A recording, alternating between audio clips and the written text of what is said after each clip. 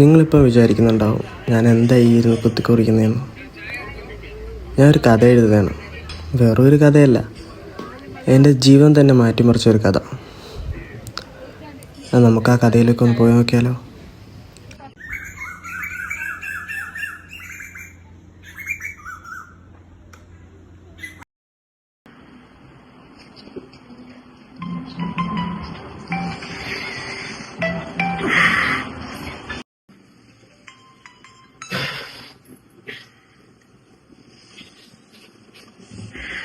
അമ്മ ചായ.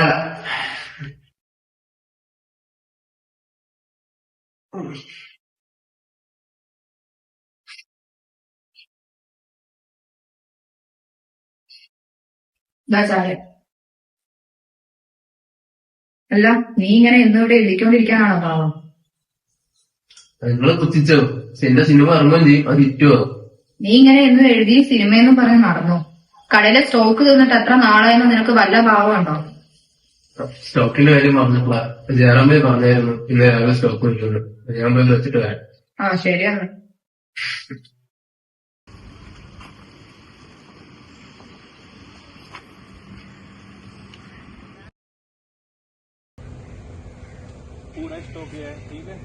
पूरा स्टॉक ये है, ठीक है? ठीक है भाई, थैंक यू।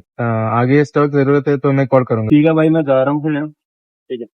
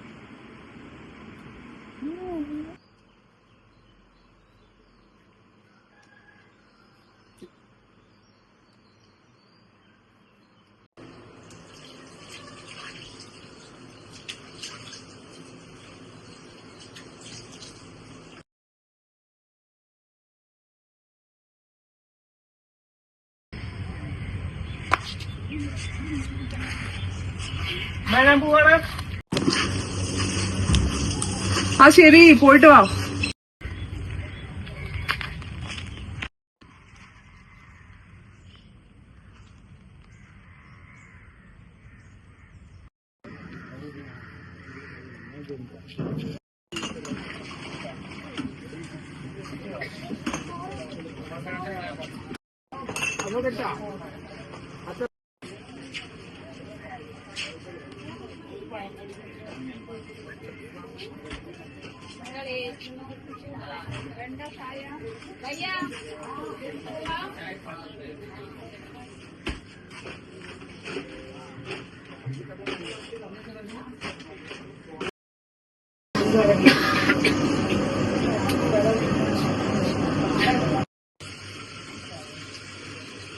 मुझे चाय लाएंगे दुकाने.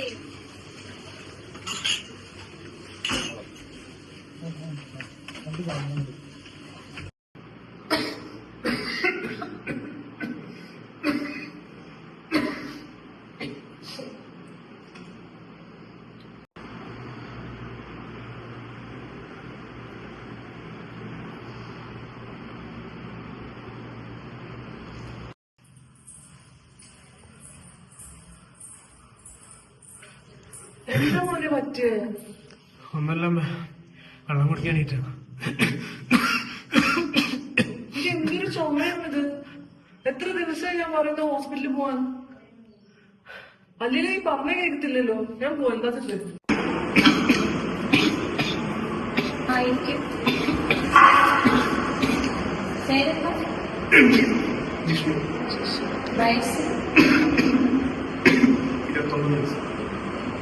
എന്താ ചെയ്യുന്നത്? എന്താ പ്രശ്നം? നല്ല ചുമയുണ്ട്, ഇന്നലെ രാത്രി നല്ല പരവേശം ചുമച്ച് ചോര ചോര. എത്ര ദിവസമായി തുടങ്ങിയിട്ട്? 2 ആഴ്ചയായിട്ട് നല്ല പനിയുണ്ട്. അവിടെ കുറച്ച് ന്യൂമേറിൽ പോയി. പക്ഷെ ഇന്നലെ 2 ദിവസമായിട്ട് പെട്ടെന്ന് ഡോക്ടറെ കാണിച്ചിട്ടുണ്ട് ഞാനും കാണിച്ചിട്ടില്ല. ഇപ്പൊ ഇങ്ങോട്ട് വരാം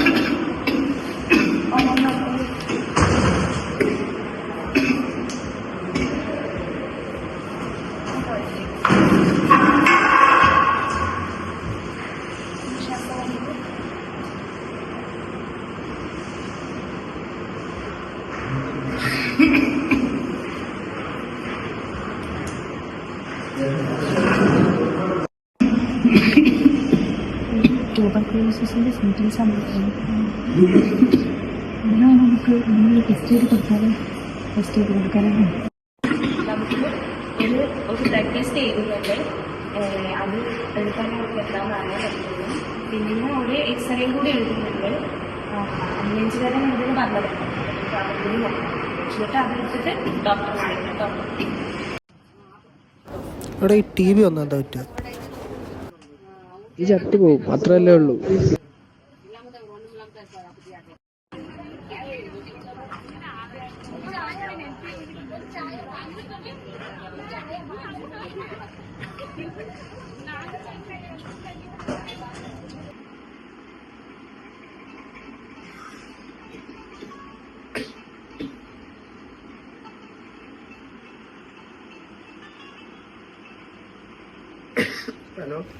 ഹലോ, ജിഷ്ണു അല്ലേ? താങ്കൾ കരുണ മെഡിക്കൽ കോളേജിൽ ബ്ലഡും സ്പ്യൂട്ടും ടെസ്റ്റ് ചെയ്യാൻ കൊടുത്തിട്ടുണ്ടായിരുന്നു. ജിഷ്ണുവിന് ട്യൂബർക്കുലോസിസ് സ്ഥിരീകരിച്ചിരിക്കുകയാണ്. താങ്കളിന് വേറെ ആരുമായി സമ്പർക്കം പാലിക്കാൻ പാടുള്ളതല്ല. പെട്ടെന്ന് തന്നെ ഹോസ്പിറ്റലിൽ എത്തിച്ചേരേണ്ടതാണ്. ഓക്കെ.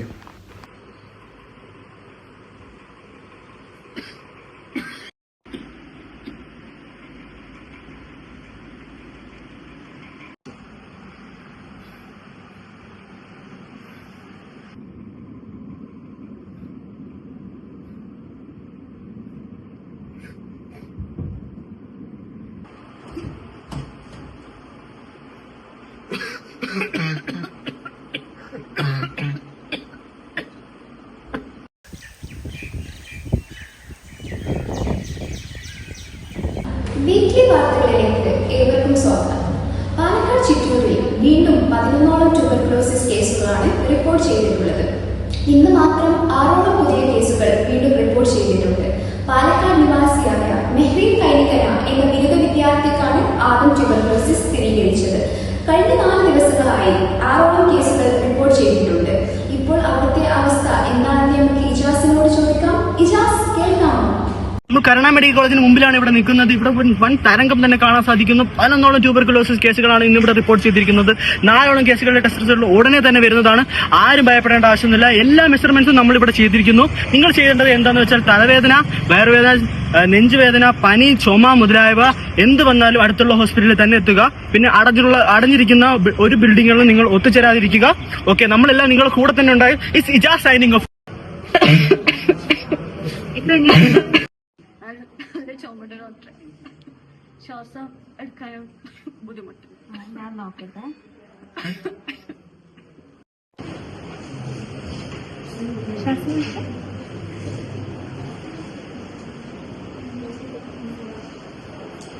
കുഴപ്പമൊന്നുമില്ല, പേടിക്കാനൊന്നുമില്ല. ഇതിപ്പോ TB ഉണ്ടാവുമ്പോ സാധാരണയായിട്ട് ഉണ്ടാവുന്ന സിംറ്റംസ് ആണ്. പേടിക്കാനൊന്നുമില്ല. നിങ്ങൾ തന്ന മരുന്നൊക്കെ കഴിക്കണില്ലേ നോർമലി? പിന്നെ പേടിക്കാനൊന്നുമില്ല. വേഗം മാറും. നമുക്ക് വേഗം തന്നെ ഡിസ്ചാർജ് ചെയ്യാം. ശരി.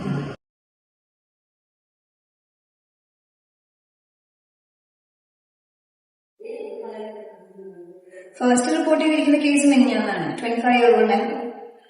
ഇവരാണ് ഡയറക്റ്റ് ഇവിടെ ക്ലോസ് കോണ്ടാക്റ്റിൽ വന്നത്. ഇത്രയും കേസാണ് ഇവരിത് റിപ്പോർട്ട് ചെയ്തിട്ടുള്ളത്. ഇവരെല്ലാരും ട്രീറ്റ്മെന്റ് എടുക്കുന്നത്. ഇതിലൊരാൾ ട്രീറ്റ്മെന്റ് എടുക്കുന്നില്ല. ആരാ?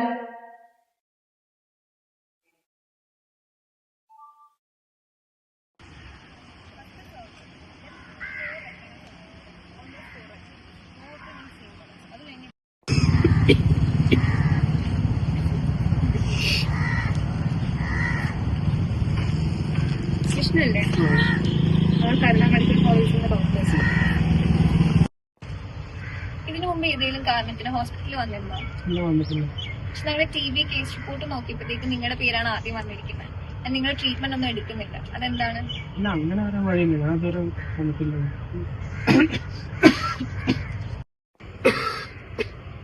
ജിഷ്ണു, നിങ്ങളുടെ ലാബ് റിപ്പോർട്ട് പരിശോധിച്ച് ഒരു TBക്ക് കൊടുക്കും. നിങ്ങൾ ഇനി ട്രീറ്റ്മെന്റ് എടുത്തില്ലെങ്കിൽ നിങ്ങളുടെ അവസ്ഥ നഷ്ടമാവും, അതിലൂടെ വേറെ ആൾക്കാർക്ക് പറ്റുകയും ചെയ്യും. എന്തായാലും ഇപ്പൊ TB ഒക്കെ കൺഫേം ആയി. എന്തായാലും ഞാൻ മരിക്കാൻ പോകല്ലേ. ഞാനിപ്പോ ഇവരെ ബാക്കിയുള്ളവരുടെ ആരും എനിക്ക് എന്റെ ആരും നോക്കിയത്. നിങ്ങൾ ട്രീറ്റ്മെന്റ് എടുത്താൽ മാറാവുന്ന പ്രശ്നമേ ഉള്ളൂ. നിങ്ങൾ TB വന്നാൽ മരിക്കുമെന്ന് വിചാരിക്കേണ്ട ആവശ്യം.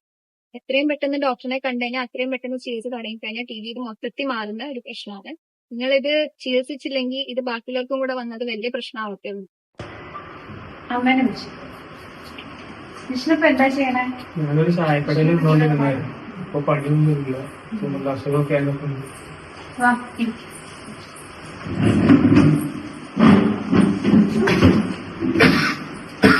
ഡോക്ടറിന്റെ മോന് കുഴപ്പമൊന്നുമില്ലല്ലോ? കുഴപ്പമൊന്നും ഉണ്ടാവില്ല. നമുക്കൊരു 6 മാസത്തെ ട്രീറ്റ്മെന്റ് ഉണ്ട്. അതില് 4 മരുന്നാണ് നമ്മൾ എഴുതി കൊടുക്കുക. ആദ്യത്തെ 2 മാസം ആ 4 മരുന്ന് തെറ്റിക്കാതെ കഴിക്കണം. അതിൽ ഐസോനിയാസിഡ്, പൈരിസനമൈഡ്, എത്താൻബുട്ടോൾ ഇങ്ങനെ 3 മരുന്നുണ്ട്. ഇത് ഭക്ഷണത്തിന് ശേഷമാണ് കഴിക്കുന്നത്. ഒരു മരുന്ന് മാത്രം ഉണ്ട്, ഫാമിൻ എന്ന് പറഞ്ഞ മരുന്ന്. അത് മാത്രം ഭക്ഷണത്തിന് മുന്നേ കഴിക്കാം. പിന്നെ ഈ മരുന്ന് കഴിച്ചിട്ട് 2 മാസം എന്തായാലും കഴിക്കണം. അത് കഴിഞ്ഞിട്ട് നമ്മൾ 2 മാസം കഴിഞ്ഞിട്ട് ടെസ്റ്റ് എടുക്കും. അതെങ്കിൽ ഒന്ന് നോക്കണം എന്താണ് അവസ്ഥ എന്നൊക്കെ നോക്കിയിട്ട് പിന്നെ ആദ്യത്തെ ഈ 2 മരുന്ന് ഐസോനിയാസിഡും റെഫാമിനും മാത്രം ഒരു 4 മാസം കൂടി കഴിക്കും. പിന്നെ ശ്രദ്ധിക്കേണ്ട കാര്യം എന്താ വെച്ചാല് ഈ 2ാമത്തെ മരുന്ന് റെഫാമിൻ കഴിക്കുന്ന സമയത്ത് മൂത്രത്തിനും അതുപോലെ തന്നെ വേർപ്പിനും ഒക്കെ ഒരു ഓറഞ്ച് ചുവപ്പ് കളർ വരാനുള്ള ഒരു സാധ്യത ഉണ്ട്. അപ്പൊ അത് കണ്ട് പേടിക്കേണ്ട കാര്യമൊന്നുമില്ല. കാരണം അത് ഈ മരുന്ന് കഴിക്കുന്നതിന്റെ ഭാഗമായിട്ട് വരുന്നതാണ്. അതുകൊണ്ട് നമ്മുടെ ശരീരത്തിന് ഒരു പ്രശ്നം ഉണ്ടാവാൻ പോകുന്നില്ല.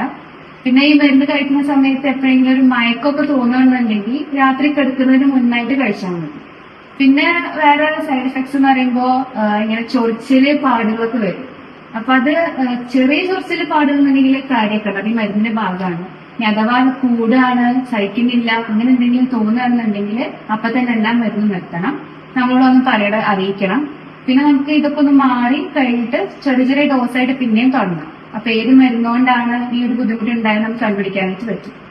പിന്നെ ഒരു TBന്റെ ഒരു പ്രശ്നം എന്ന് പറഞ്ഞാല് നമ്മൾ ശ്രദ്ധിച്ചില്ലെങ്കിൽ ബാക്കി ഉള്ളവർക്കും കൂടി ഇത് വരും. അപ്പൊ അതുകൊണ്ട് ചുമക്കുമ്പോ എപ്പോഴും മാസ്ക് ധരിക്കാൻ ശ്രദ്ധിക്കുക. കൈ ഇങ്ങനെ വെച്ച് ചുമക്കുക, അല്ലെങ്കിൽ ടവൽ ഉപയോഗിച്ചൊക്കെ ചുമക്കുക. പൊതുസ്ഥലങ്ങളിലൊന്നും തുപ്പാണ്ടിരിക്കാനെ ശ്രദ്ധിക്കുക. പിന്നെ അമ്മയ്ക്ക് ഞാൻ ടെസ്റ്റ് ചെയ്തിട്ട് തരുന്നുണ്ട്. കാരണം വിഷ്ണുവിന്റെ കൂടെ താമസിക്കുന്നത് കാരണം ഒന്ന് ടെസ്റ്റ് ചെയ്യണം. കാരണം ഇത് അടുത്ത് വരുമ്പോ പകരാനുള്ള ചാൻസ് ഉണ്ട്. ഇത്രയും കേസുകളാണ് ഇവിടെ കൂടെ നിൽക്കുന്നത്. അതും എല്ലാം ഒരേ സ്ഥലത്തുണ്ട്.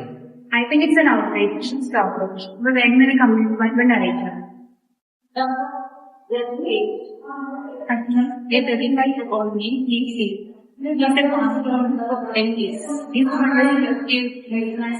Any other complications? Yeah, it can go superhead oxygen. So this is now with this also another no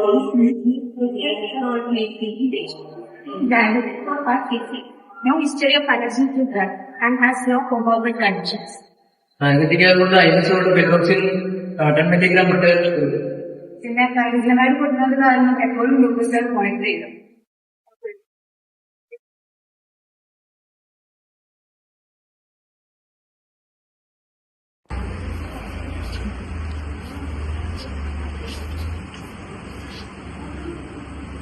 മോനെ, കട പറഞ്ഞിട്ട് കുറെ നാളായില്ലേ, നമുക്ക് ഇവിടെ വരുമാനമൊന്നുമില്ല, എന്താ ചെയ്യാ?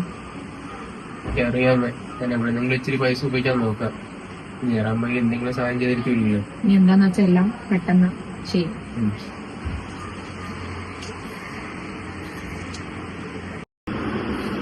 ഹലോ, ജയറാമ്പഴി ഉണ്ടോ? മരിച്ചെന്നോ? എങ്ങനെ?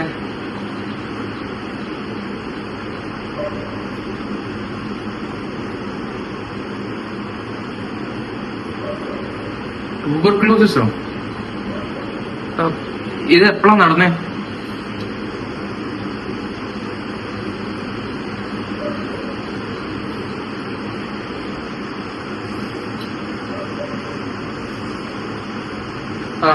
എന്നാ ശരി, ഓക്കെ.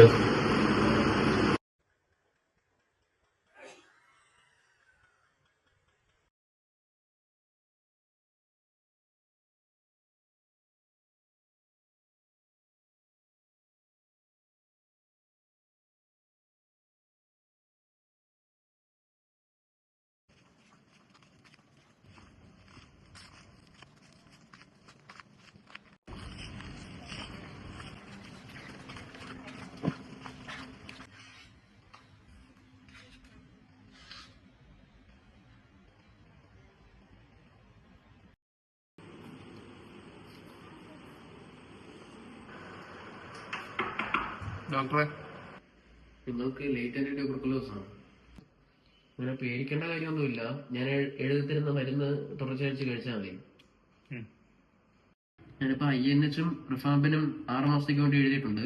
ഇത് തുടർച്ചയായിട്ട് കഴിച്ചില്ലെങ്കിൽ അത് മൾട്ടി ഡ്രഗ് റെസിസ്റ്റന്റ് ട്യൂബർക്കുലോസ് ആയിട്ട് മാറാൻ സാധ്യതയുണ്ട്. അപ്പൊ ഇപ്പൊ സിംറ്റംസ് കാണിച്ചില്ലെങ്കിലും അത് പിന്നെ ഭാവിയിൽ സിംറ്റംസ് കാണിക്കും. അത് വലിയ പ്രശ്നമാകും. അപ്പം ഇത് കണ്ടിന്യൂസ് ആയിട്ട് കഴിക്കണം. ഞാൻ എഴുതി തരുന്നത്. ഓക്കെ ഡോക്ടർ, കഴിച്ചോളാം. എന്റെ സ്റ്റോറിയിൽ ഞാൻ വിചാരിച്ചത് ട്യൂബർക്ലോസിസ് എല്ലാവർക്കും പടർത്തിയത് ജിഷ്ണു ആണെന്നാണ്. കുറെ കഴിഞ്ഞിട്ടാണ് ഞാൻ മനസ്സിലാക്കിയത് ഞാൻ മൂലമാണ് ജിഷ്ണുവിന് ട്യൂബർക്ലോസിസ് കിട്ടിയത്. എന്നെപ്പോലെ കുറെ പേരുണ്ട് ട്യൂബർക്ലോസിസ് വരില്ല എന്ന ധൈര്യത്തിൽ പ്രോപ്പർ ആയിട്ടുള്ള ട്രീറ്റ്മെന്റോ പ്രിവെന്റീവ് മെഷേഴ്സോ എടുക്കാതെ നടക്കുന്നവർ. ഒരു രോഗം വരുമ്പോൾ അത് ചികിത്സിക്കാതിരിക്കുന്നതിനേക്കാൾ ഭേദം നമ്മൾ ആശുപത്രിയിൽ പോയി വെറുതെ ഒന്ന് കാണിക്കുന്നതാണ്. Health is wealth. Thank you.